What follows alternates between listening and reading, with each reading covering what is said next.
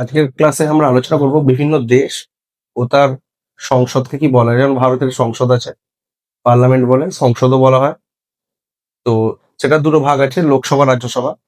তেমনি এদেরও সবারই একটা করে সংসদ থাকে, তো তার নামটা জানবে। যে শ্রীলঙ্কার সংসদকে বলা হয় parliament, actually parliament of Sri Lanka বলা হয়। তো পার্লামেন্ট মেন মেন জায়গাটা, মানে দেশের নামটা যেখানে জড়িয়ে আছে সেই জায়গাটুকু পড়ে না অ্যাকচুয়ালি, সেটাকে বাদ দিয়ে পড়ে। তো নাহলে তো লোক বুঝেই যাবে অপশনে।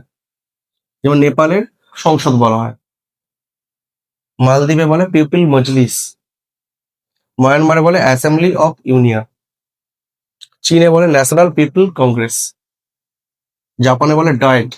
জাপানি ডায়েট, তো ডায়েটটাই বলবো, এটাই অপশনে থাকবে ডায়েট।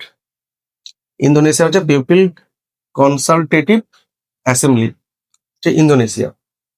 মালয়েশিয়া বলে দেওয়ান নেগারা, এই ধরনের উচ্চারণটা হয়। কম্বোডিয়া হচ্ছে সেনেট বলা হয়। ইরাকে বলে মজলিস আল নোয়াব আল ইরাকি।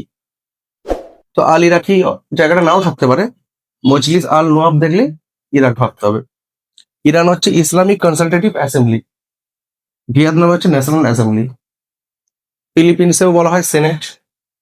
থাইল্যান্ডে বলা হয় ন্যাশনাল লেজিসলেটিভ অ্যাসেম্বলি। সংযুক্ত আরব আমিরাতে বলা হয় ফেডারেল ন্যাশনাল অ্যাসেম্বলি।